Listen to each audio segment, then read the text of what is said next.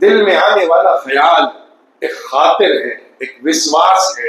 اور دل میں آ کر ٹھہر کر اس پر غور و تدبر شروع کر دینا فکر ہے،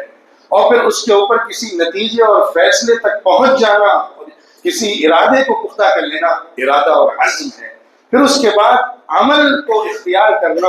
انسان کے جسم کے ذریعے سے نکلنے والا عمل ہے، پھر اس پر جم جانا عادت ہے۔ یہ 5 اسٹیجز ہیں کہ جس کے اوپر ہم پوری زندگی میں چلتے ہیں۔ اب آپ سوچنا شروع کریے، ہمارے اوپر دن بھر میں لاکھوں ہزاروں خیالات کا طوفان ہے جو چلتا رہتا ہے، اچھے جذبات، برے جذبات، اچھے خیال، برے خیال، نیکی کا ارادہ، برائی کا ارادہ ہر وقت بنتا رہتا ہے ہمارے اندر۔ اگر ہم اسی اسٹیج میں اپنے آپ کو صحیح کرنا سیکھ لیں، اسی اسٹیج میں اپنے خیالات کو پاکیزہ بنانا سیکھ لیں، اسی مرحلے میں غلط جذبات اور احساسات پابند کر دیں، ہماری پوری زندگی درست ہو جائے گی۔